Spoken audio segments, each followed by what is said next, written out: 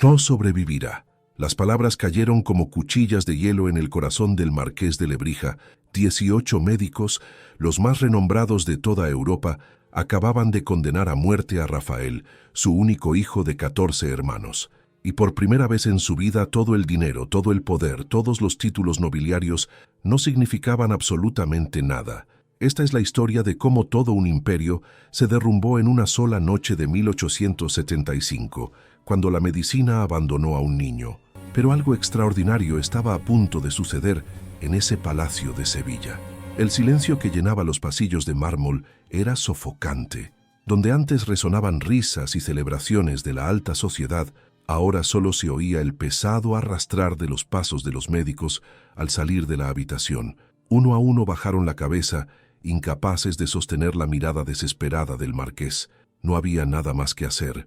La fiebre hemorrágica que consumía el frágil cuerpo de Rafael había vencido todos los tratamientos, todos los intentos, toda esperanza. El marqués de Lebrija era conocido en toda España como el hombre que jamás se doblegaba. Comerciante despiadado, aristócrata temido, había forjado su fortuna con mano de hierro. Sus propiedades se extendían kilómetros, sus negocios llegaban a París y Londres. Pero en ese momento, ante el lecho donde agonizaba su único hijo, aquel gigante se desplomó. Sus rodillas tocaron el suelo helado por primera vez. Las manos que habían firmado contratos multimillonarios ahora temblaban incontrolablemente, aferrándose a las mantas de seda manchadas de sangre. Y su esposa, la marquesa Elena, estaba peor. Ya no lloraba. Tenía los ojos secos, quemados por 3 días y 3 noches de lágrimas ininterrumpidas. Sentada junto a su hijo, sostenía esa pequeña y fría mano, tarareando suavemente las mismas nanas que habían calmado a Rafael de bebé. Su vestido de terciopelo negro estaba arrugado. Su cabello, siempre impecablemente peinado, ahora caía suelto y despeinado sobre sus hombros. Ya no era la elegante marquesa que frecuentaba los salones de Sevilla. Era solo una madre que veía morir a su hijo, palmo a palmo, aliento a aliento. Rafael ardía de fiebre. Su cuerpo delgado y pálido estaba cubierto de manchas moradas, signos de la enfermedad que le devoraba la sangre desde dentro. Deliraba, llamando a gritos a personas que no estaban allí, reviviendo recuerdos de su corta vida. A veces abría los ojos, pero no reconocía a nadie. El niño que, apenas 2 semanas antes, galopaba por los campos de la finca de su familia, ahora apenas podía levantar la cabeza de la almohada. Todo el palacio estaba paralizado. Los sirvientes susurraban en los pasillos, con voces cargadas de miedo y tristeza. Las cortinas permanecían corridas, sumiendo cada habitación en la penumbra. Nadie se atrevía a emitir un sonido.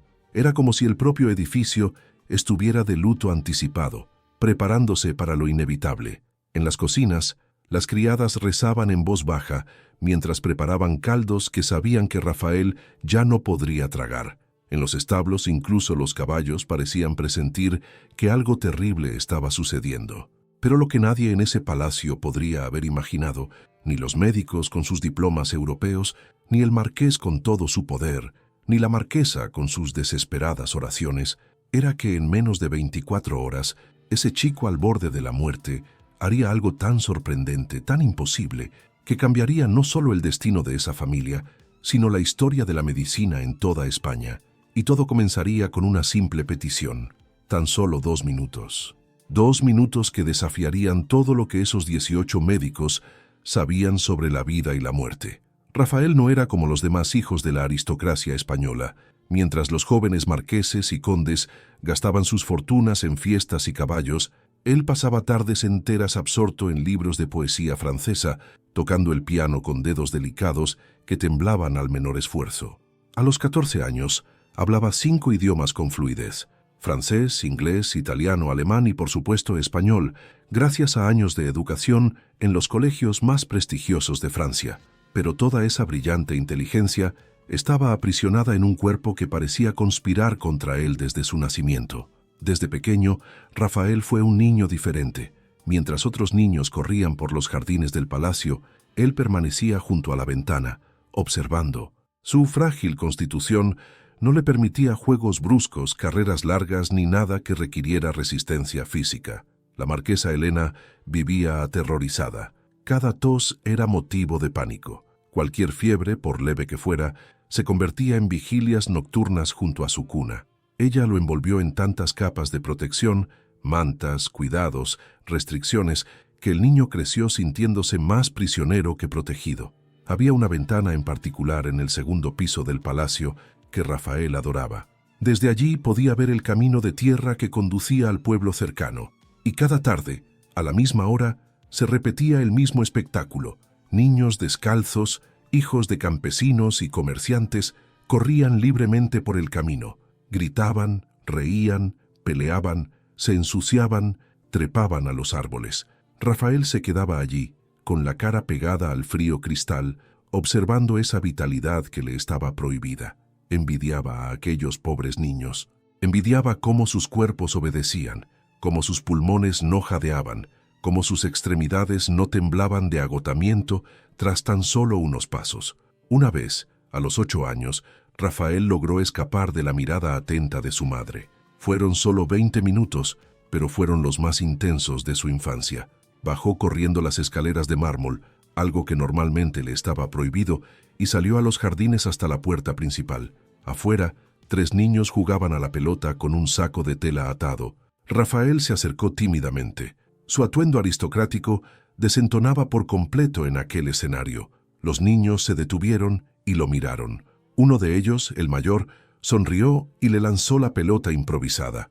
Rafael la atrapó y durante unos minutos mágicos corrió, jugó. Se rió tan fuerte que no reconoció su propia voz. Pero entonces llegó la tos, fuerte, sofocante. Sintió una opresión en el pecho. Le flaquearon las piernas. Cuando la institutriz por fin lo encontró, yacía en el suelo de tierra respirando con dificultad, mientras los pobres niños lo observaban horrorizados. La marquesa lloró durante días. El marqués reforzó la seguridad del palacio, y Rafael nunca más intentó escapar. Ese episodio definió su vida.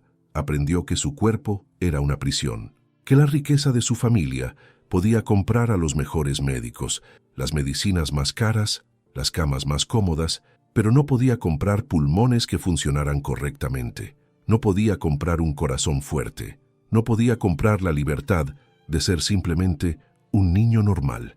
Gradualmente, Rafael desarrolló una resignación melancólica. Aceptó que su vida sería diferente. Se sumergió en los libros, la música y la poesía. Se volvió demasiado amable para ese mundo de apariencias. Donó sus finas ropas a los hijos de los sirvientes. Compartió su almuerzo con los niños que mendigaban en las puertas. Los otros aristócratas se burlaron de él, llamándolo débil y sentimental. Pero a Rafael no le importó. Había aprendido algo que el dinero no podía enseñar, que la vulnerabilidad es una forma de coraje. Fue durante una de estas visitas a la finca familiar, 3 semanas antes de aquel fatídico día de 1875, que todo cambió. Rafael insistió en acompañar a su padre a inspeccionar las tierras. Era un cálido día de primavera, y por primera vez en meses se sentía bien. De regreso, encontraron a un viajero tendido en el camino, ardiendo de fiebre. Los sirvientes del marqués querían continuar su camino. Las enfermedades contagiosas eran comunes en aquella época, pero Rafael se bajó del carruaje. A pesar de sus protestas, le dio agua al hombre y le secó la cara con su propio pañuelo de seda. Esa noche, el viajero fue llevado a una de las casas de los trabajadores de la finca. 5 días después, falleció, y 3 días después, Rafael comenzó a sentir los primeros síntomas. La fiebre llegó lentamente, como un ladrón silencioso. Al principio, fue solo un malestar general, luego vino el calor persistente, luego las manchas, las hemorragias. El marqués trajo a un médico tras otro. La marquesa no se separó de su hijo. Y Rafael, por primera vez, vio en los ojos de sus padres algo que nunca antes había visto: miedo puro. No solo el miedo habitual de Elena, sino terror absoluto, porque esta vez sí que podía morir, y todo el oro de España no serviría de nada. Comenta abajo qué momento te ha conmovido más hasta ahora. La enfermedad tenía un nombre en los libros de medicina: fiebre hemorrágica epidémica, pero para la marquesa Elena solo tenía un nombre: pesadilla. Durante los 2 primeros días parecía una simple fiebre. Rafael se quejaba de dolores de cabeza y sentía frío incluso bajo 3 mantas de lana. Pero al tercer día, aparecieron las manchas. Al principio pequeñas, como picaduras de insecto en el pecho y los brazos, luego más grandes, moradas, extendiéndose como tinta sobre papel, y entonces comenzaron las hemorragias. Primero le sangró la nariz, luego las encías. Las lágrimas de Rafael tenían vetas rojas. Cada tos llenaba de sangre las sábanas blancas de seda importada. La marquesa cambiaba las sábanas 4, 5, 6 veces al día, pero a las pocas horas volvían a mancharse. Dejó de dormir. Se sentó en la silla junto a la cama, sosteniendo la mano fría de su hijo, susurrando oraciones que ya no sabía si eran para Dios o para ella misma. Sus lágrimas caían silenciosas sobre aquellas sábanas manchadas, mezclándose con el sufrimiento que impregnaba cada fibra de aquella habitación. El marqués reaccionó de la única manera que sabía, con dinero. Se enviaron telegramas a París, Londres, Viena, Roma. Convocó a los principales especialistas en enfermedades infecciosas de Europa. Ofreció fortunas, prometió duplicar, triplicar sus honorarios. Un médico alemán famoso por sus estudios sobre fiebres tropicales llegó en 3 días, trayendo maletas llenas de instrumental y frascos de medicamentos experimentales. Un especialista francés en enfermedades de la sangre llegó poco después. Luego un italiano, un inglés, 2 españoles de Barcelona y Madrid. Con cada nuevo médico una nueva esperanza, y con cada diagnóstico sombrío una nueva desilusión. Intentaron la sangría, pensando que purificaría la sangre envenenada. Rafael gritó de dolor mientras las cuchillas cortaban sus venas, ya debilitadas. Probaron cataplasmas de hierbas raras importadas de Oriente. Le aplicaron compresas frías para bajarle la fiebre, que llegó a los 42 grados. Lo obligaron a beber tónicos amargos que vomitó minutos después. Cada tratamiento era una tortura, y ninguno funcionó. La fiebre seguía subiendo. Las hemorragias empeoraban. El cuerpo de Rafael estaba siendo literalmente consumido por dentro. En su delirio febril, el niño decía cosas extrañas. Llamaba a los pobres niños que veía por la ventana. Se disculpaba por no haber corrido más rápido aquel lejano día. Reía sin motivo y luego lloraba desesperadamente. A veces abría los ojos, pero su mirada estaba vacía, distante, como si ya estuviera en otro lugar. La marquesa le apretó la mano con más fuerza, como si pudiera impedirle físicamente que se fuera. «Quédate conmigo, mi amor», susurró con la voz entrecortada. «No me dejes, por favor, no me dejes». El marqués estaba irreconocible. El hombre que comandaba imperios comerciales, que negociaba con reyes y primeros ministros, ahora vagaba por los pasillos de su palacio como un fantasma. Su rostro, antaño siempre orgulloso y sereno, estaba desolado. Profundas ojeras, sin afeitar, la ropa arrugada. A él, que siempre vestía impecablemente, ahora ni siquiera le importaba.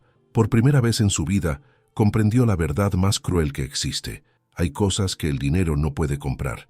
No se puede comprar la salud, no se puede comprar la vida, no se puede comprar un día más con tu hijo.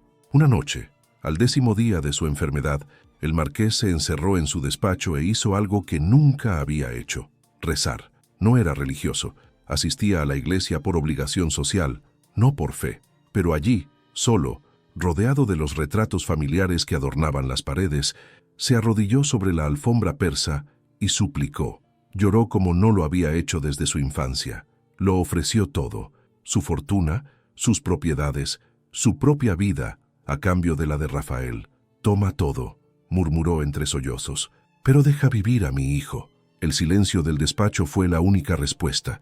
Al 13º día llegaron los últimos médicos, 18 en total, reunidos en consejo alrededor de la cama de Rafael. Examinaron cada síntoma, debatieron cada posibilidad, probaron todos los recursos conocidos por la medicina de la época, y entonces, uno a uno, negaron con la cabeza. No había nada más que hacer.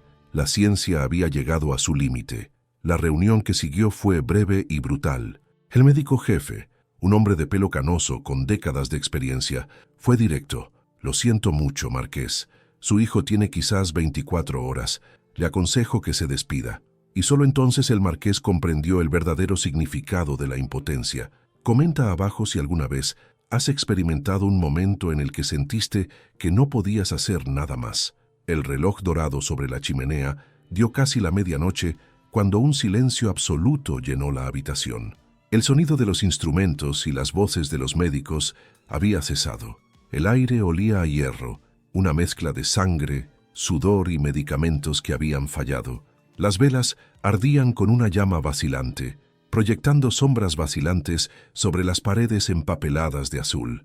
Rafael yacía inmóvil, con los labios ligeramente entreabiertos, su respiración superficial, casi imperceptible. Con cada nuevo suspiro, la marquesa Elena contenía la respiración, temiendo que fuera el último. Los 18 médicos, dispuestos en semicírculo, observaban al chico con miradas profundas, como si presenciaran el inevitable final de una tragedia ya escrita. Pero entonces, algo diferente ocurrió. Un movimiento mínimo, casi imperceptible, recorrió el cuerpo de Rafael. Su mano derecha se elevó unos centímetros temblando en el aire. Los médicos intercambiaron miradas, sin saber si se trataba solo de un espasmo involuntario, pero no lo era. El niño abrió los ojos, pupilas claras, oscurecidas por la luz de la vela, pero vivas, y con una voz débil y ronca como si viniera de lejos, susurró: «Papá, necesito 2 minutos». El sonido fue tan suave que muchos creyeron haberlo imaginado. La marquesa, arrodillada junto a la cama, levantó la cabeza conmocionada. «No, por favor, no hables, guarda tus fuerzas», suplicó con lágrimas corriendo por su rostro, pero Rafael insistió: «2 minutos, madre, por favor». Su voz era tan débil que parecía quebrarse con cada palabra, pero había en ella una serenidad que nadie en la habitación comprendió. El marqués, aturdido, corrió al lado de su hijo. Le cubrió el rostro con sus grandes manos, con lágrimas mezclándose con el sudor del niño. «¿Qué pasa, hijo mío? ¿Quieres que llamen al sacerdote? ¿Quieres confesarte?». Pero Rafael solo negó con la cabeza. Con cada intento de hablar, tosía sangre. Aún así, seguía intentándolo. «2 minutos, eso es todo». El médico alemán dio un paso al frente, levantando la mano en un gesto contenido. «Está muy débil. Cualquier esfuerzo podría prematuramente...». «¡Silencio!», gritó el marqués, con la voz cargada de autoridad y desesperación. «Si pide 2 minutos, los tendrá. ¡Calla!». El silencio regresó, aún más denso. El único sonido era el crepitar de las velas y el viento golpeando las ventanas cerradas. Rafael, con un gesto casi invisible, pidió ayuda para incorporarse. Su esbelto cuerpo parecía el de un pájaro destrozado. 2 sirvientes lo sostuvieron con suavidad, colocando almohadas detrás de él. Elena, temblando, ahogó un gemido de dolor al ver la sangre brotar de nuevo de la comisura de la boca de su hijo. Entonces oyó, y se le partió el alma. «No quiero que gasten más oro, madre, y no quiero que venga el cura ahora. Solo quiero ver la ventana». Por un instante, nadie entendió. El marqués miró a los médicos indeciso, como si fuera un delirio febril, pero la mirada del niño era clara, lúcida, casi serena. «La ventana, por favor». La barandilla de hierro crujió cuando el marqués la abrió. La noche sevillana era cálida y el aroma a azahar inundaba la habitación. El aire fresco entraba como un consuelo divino. Y allí, a través de la ventana abierta, Rafael vio lo que tanto amaba: el jardín. Incluso de noche, las siluetas de los rosales, las fuentes, la verja a lo lejos, todo parecía iluminado por la luna. Y, por un instante, sonrió. La mesa les dio la espalda, incapaz de mirar. Estaba ahogada en lágrimas. Pero el niño, con un esfuerzo sobrenatural, alzó la mano temblorosa al cielo y murmuró: «Gracias, por las flores, por el aire, por la vida que he tenido». Uno de los médicos bajó la cabeza, otro se secó discretamente una lágrima. Todos en la sala sintieron una extraña mezcla de tristeza y reverencia. Era como presenciar algo sagrado. El marqués, sin poder contenerse, se arrodilló junto a la cama.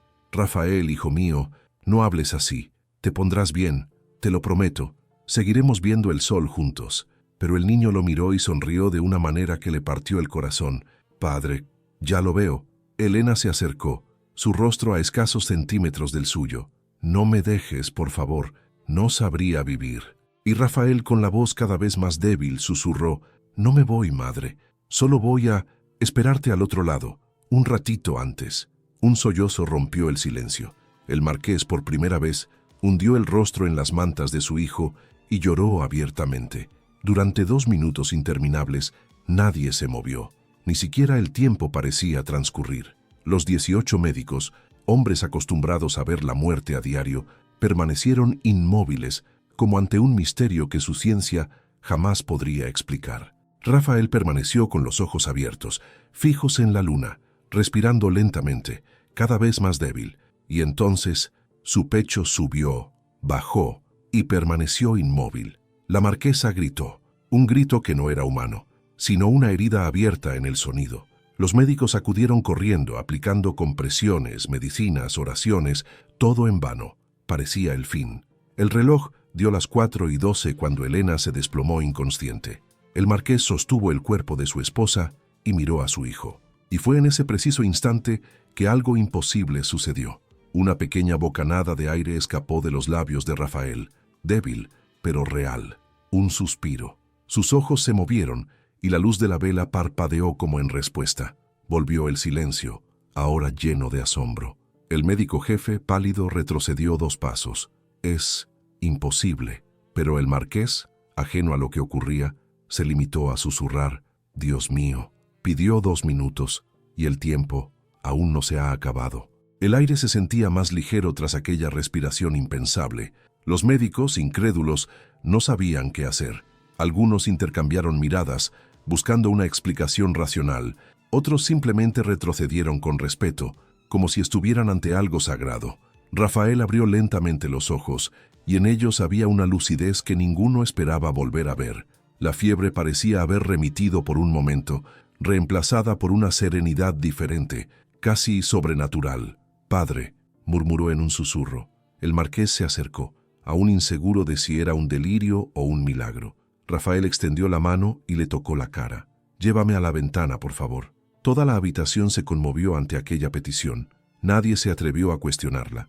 2 sirvientes se apresuraron a ayudarlo, sosteniendo aquel cuerpo demasiado ligero, demasiado frágil. Cada paso era un suplicio. El sudor goteaba de su frente pálida, sus labios temblaban, pero sus ojos tenían un brillo nuevo, profundo, casi divino. Al llegar a la ventana, el marqués descorrió las cortinas con un solo gesto. El viento nocturno entró, trayendo el aroma de las flores y el lejano canto de las cigarras. Afuera, los jardines parecían de otra dimensión.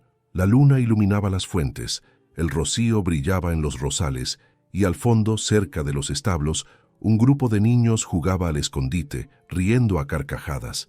Eran los hijos de los sirvientes, niños que probablemente ni siquiera sabían lo que ocurría dentro de aquel palacio. Rafael observaba cada movimiento, como si esa imagen se le hubiera grabado en el corazón.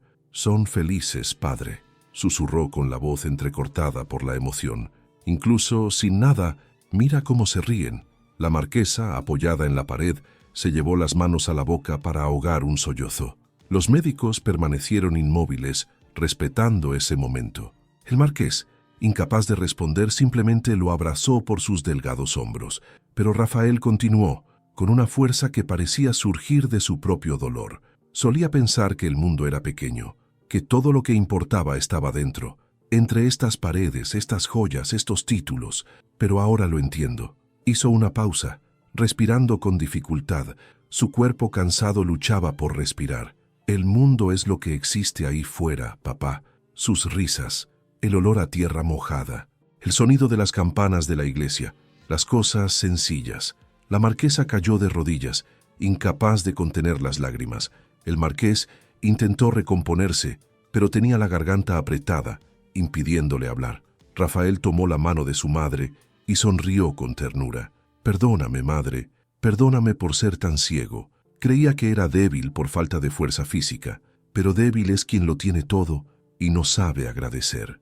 Aquello quedó suspendido en el aire como una sentencia. Afuera, la risa de los niños parecía resonar con más fuerza, como si el destino mismo los escuchara.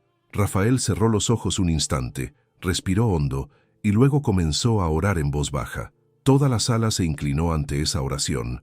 Ningún sacerdote podría haber pronunciado palabras tan puras.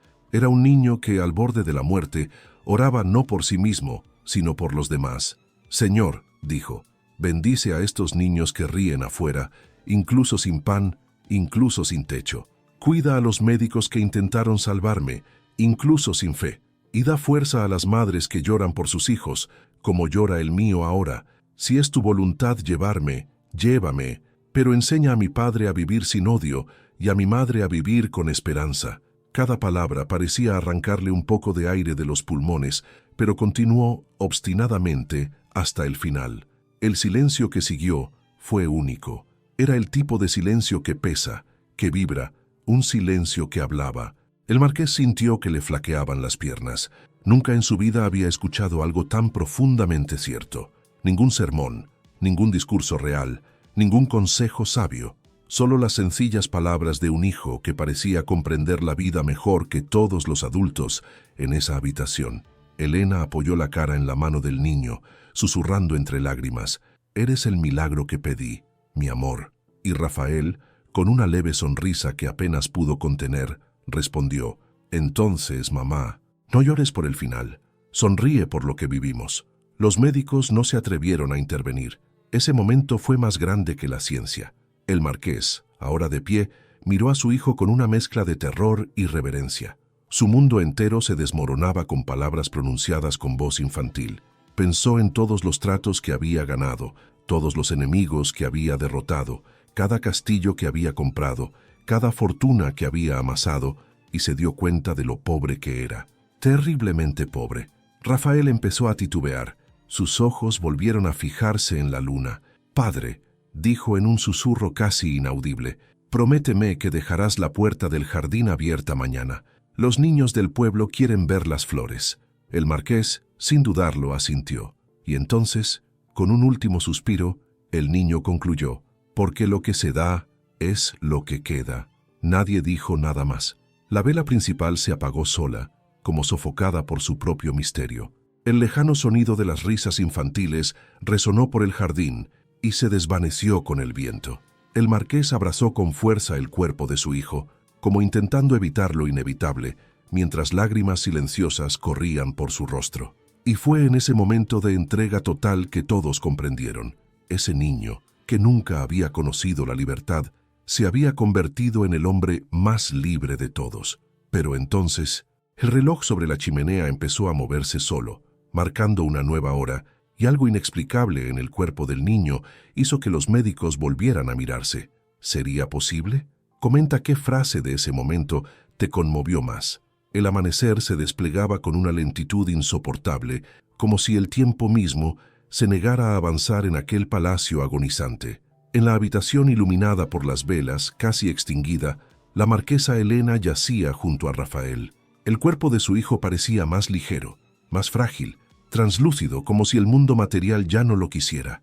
Lo abrazó con cuidado, temiendo romperlo con su propia desesperación. El calor de la fiebre quemaba, pero la piel del niño estaba fría en las extremidades. El contraste era cruel, como si el fuego de la vida luchara contra el hielo de la muerte.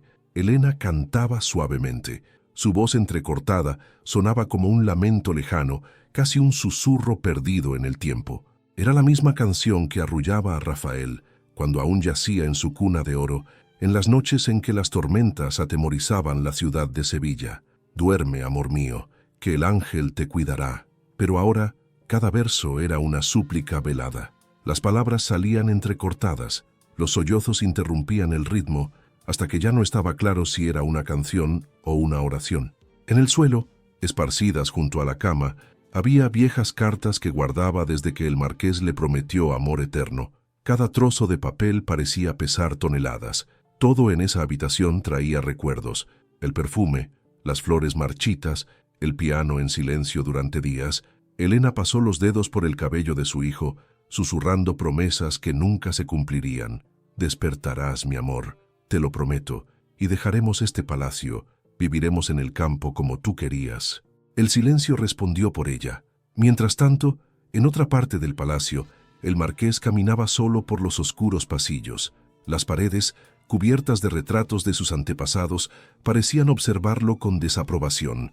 Aquellos rostros que antaño le habían inspirado orgullo, ahora le devolvían la mirada como jueces severos.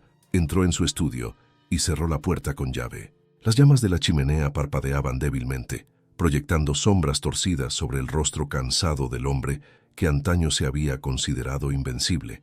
Sobre la mesa, los libros de cuentas, los contratos, los sellos de lacre, todo lo que había construido con tanta meticulosidad se apilaba ante él, prueba del imperio que había erigido.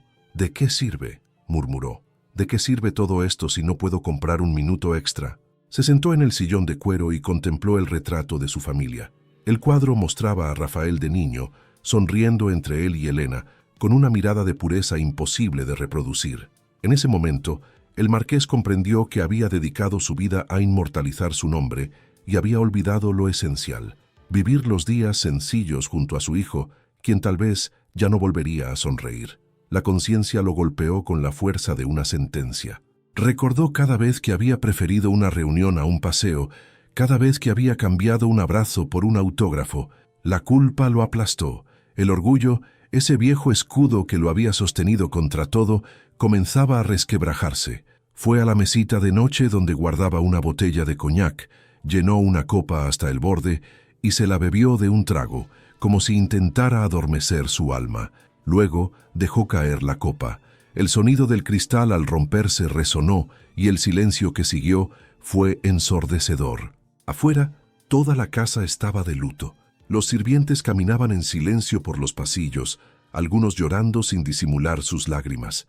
En el patio, el anciano jardinero rezaba de rodillas. Los cocineros mantenían las velas encendidas, repitiendo oraciones en susurros entre lágrimas. El palacio, antaño sinónimo de poder, era ahora una tumba iluminada. Dentro de la habitación, las manchas de sangre en la ropa de Rafael se habían secado y endurecido. Elena sentía el peso del sueño, forzado por el agotamiento, pero no se atrevía a cerrar los ojos. Con cada leve respiración del niño, se convencía de que era la última. Había un hilo invisible que conectaba a madre e hijo, y temía que, al relajarse, ese hilo se rompiera para siempre. Y entonces, sin previo aviso, ocurrió algo diferente. Una brisa inundó la habitación a través de la ventana entreabierta. Las cortinas se mecieron suavemente y la llama de la vela, que había estado parpadeando, se estabilizó. Elena abrió los ojos confundida, tocó el rostro de su hijo y se dio cuenta de algo imposible. Su piel ya no estaba tan cálida.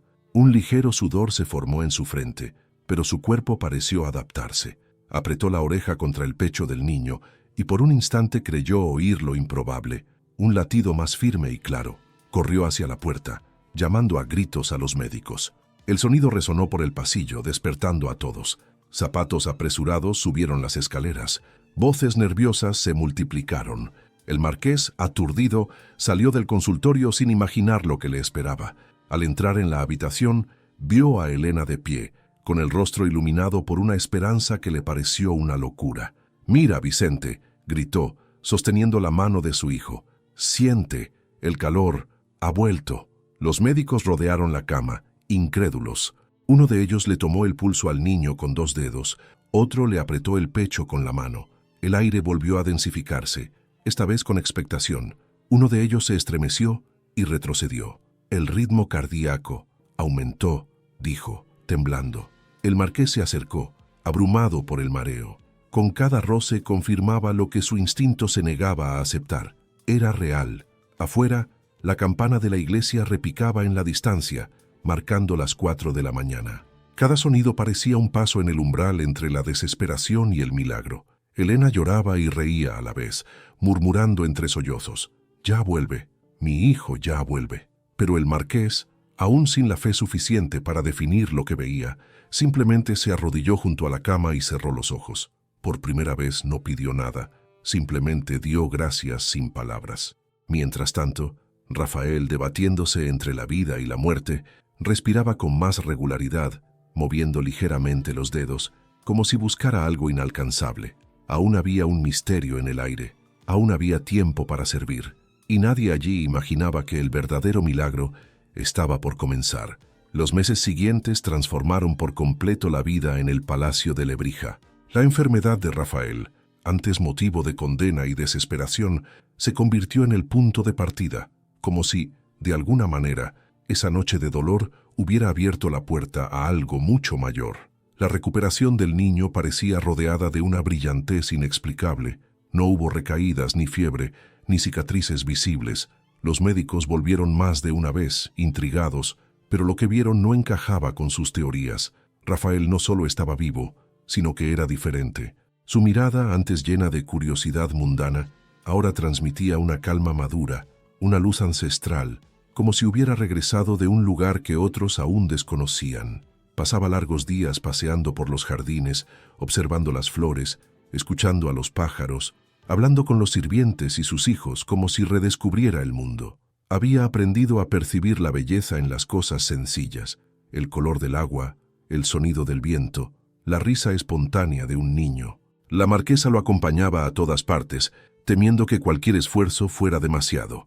Pero Rafael se limitó a sonreír y dijo: «Madre, mi cuerpo no necesita descansar de esta vida, necesita vivir de verdad». El marqués Vicente, por su parte, lidiaba con una transformación que lo aterraba. El hombre que había forjado imperios, respetado y temido en todos los círculos de la nobleza española, ahora se sentía pequeño ante su propio hijo. Observaba en silencio las conversaciones de Rafael con los sirvientes, sus juegos con los niños del pueblo, que empezaban a entrar cada mañana por la puerta abierta. Esta puerta, que antaño simbolizaba estatus y distancia, se había convertido en símbolo de cercanía. A lo largo de los muros de la propiedad, la risa de los niños pobres se mezclaba con el sonido del piano de la marquesa, y el palacio, que antaño parecía aislado, se había convertido en un espacio de vibrante vida. Una tarde, Rafael le pidió a su padre que lo acompañara al centro de la ciudad. El marqués se sorprendió. Hacía años que no caminaba entre la gente. Subieron al carruaje y se fueron. Por las estrechas calles de Sevilla, entre vendedores y fieles, el niño observaba cada rostro como si viera en ellos un reflejo de su propio destino. Se detuvieron ante la antigua iglesia mayor, donde madres con niños enfermos esperaban ayuda que nunca llegó. Rafael se apeó, caminó entre ellos, se arrodilló y tomó en brazos a una niña con fiebre. La escena los silenció a todos. Un murmullo recorrió la multitud. «Es el hijo del marqués». Y él, con esa mirada serena, simplemente murmuró: «Si un día estuve entre la vida y la muerte, fue para comprender el valor que tiene la vida». Esa noche, de vuelta en palacio, el marqués lo encontró escribiendo una carta junto a la ventana abierta. «¿A quién le escribes tan tarde?», preguntó, intentando disimular la emoción. El niño respondió sin levantar la vista: «Al obispo. Le pedí permiso para usar nuestras tierras al sur, cerca del río. Quiero construir un hogar de acogida para niños enfermos». El marqués se quedó paralizado. No sabía qué lo conmovía más, si la petición en sí o la serenidad con la que su hijo la hacía. Aún así, no respondió de inmediato. Solo suspiró. Se volvió hacia la ventana y observó la luna reflejada en el jardín. «Si eso es lo que te dicta el corazón, lo haremos», susurró. Meses después, un terreno antaño usado para la casa se transformó en una obra en construcción. El marqués supervisó personalmente la construcción. Los obreros se maravillaron al ver a ese hombre digno, que antes solo daba órdenes a distancia, ahora con las manos manchadas de cal, ayudando a levantar muros. Rafael visitaba la obra a diario, trayendo fruta, donando su ropa vieja a los hijos de los obreros y recordando a todos el motivo de todo: que este lugar sirva a la vida, no a la vanidad. La marquesa, de fe silenciosa, tenía bordada en las cortinas del futuro hospital una frase que su hijo había dicho el día que sobrevivió: «Lo que se da es lo que queda». Cuando la Casa de Sanación abrió sus puertas meses después, la gente acudía de todas partes solo para ver al niño que, según decían, había vencido a la muerte. A Rafael no le gustaba que lo llamaran milagro, pero comprendía el peso de la historia que llevaba consigo. Pasaba las mañanas entre las camas, leyéndoles a los niños y hablando con las madres afligidas. El marqués, a menudo en segundo plano, observaba en silencio y con reverencia cómo el legado de su hijo moldeaba no solo su nombre, sino toda su alma. Pasaron los años y la fama de la familia Lebrija se extendió por toda España, pero no por su riqueza ni por sus negocios. Ahora se les conocía como los protectores de los niños, aquellos que transformaban el dolor en compasión y el poder en amor. El palacio nunca volvió a ser el mismo. Se convirtió en una extensión del hospital, un refugio, un hogar para quienes no tenían a nadie más a quien recurrir. Rafael, aún frágil de cuerpo, creció en espíritu. Nunca se casó, nunca abandonó Sevilla. Decía que el mundo necesitaba más amor que herederos. En su vejez, el marqués solía sentarse junto a la cama de su hijo y escuchar historias contadas al revés. Rafael hablaba del futuro como si fuera el pasado. de la muerte como se describe a un viejo amigo que algún día volverá, pero sin prisa. Padre, le decía, el coraje no está en ganar, sino en seguir siendo bueno después de perder. Vicente escuchaba en silencio, porque sabía que ninguna de sus victorias en la vida tenía ese peso. Cuando Rafael se fue, años después, la ciudad entera se detuvo. Todas las ventanas de Sevilla ondeaban con manteles blancos en señal de gratitud. En las campanas de la iglesia, el sonido no era triste, sino sereno, esperanzador. Junto a la cama, el marqués sostenía esa misma mano que un día creyó no volver a tocar. Sonrió entre lágrimas y repitió en voz baja, «Lo que se da es lo que queda». Y así quedó. Hasta el día de hoy, en el corazón de la gente sencilla de Sevilla, pervive una leyenda sobre el hijo del marqués, el niño que enseñó al mundo entero que la verdadera riqueza no se mide por la herencia que se deja, sino por la vida que se comparte. Si has llegado hasta aquí, creo que esta historia te conmovió de alguna manera, quizás a través de la fe, quizás a través de la valentía, quizás al recordarte que la vida siempre encuentra la manera de empezar de nuevo. Y eso es precisamente lo que me motiva a seguir contando historias como esta, llenas de emoción, aprendizaje y humanidad. Así que, si este video te hizo sentir algo hermoso, dale a me gusta para que sepa que valió la pena compartir este momento contigo. Y si te quedaste hasta el final, escribe en los comentarios, «Estoy contigo hasta el final», solo para que pueda descubrir quién realmente caminó conmigo durante todo este viaje. Ah, y aún no ha terminado. Hay un video aquí que complementa este mensaje y continúa esta atmósfera de sentimientos y esperanza. Haz clic ahí y acompáñame. Entenderás por qué ciertas historias simplemente no terminan cuando llegamos al final.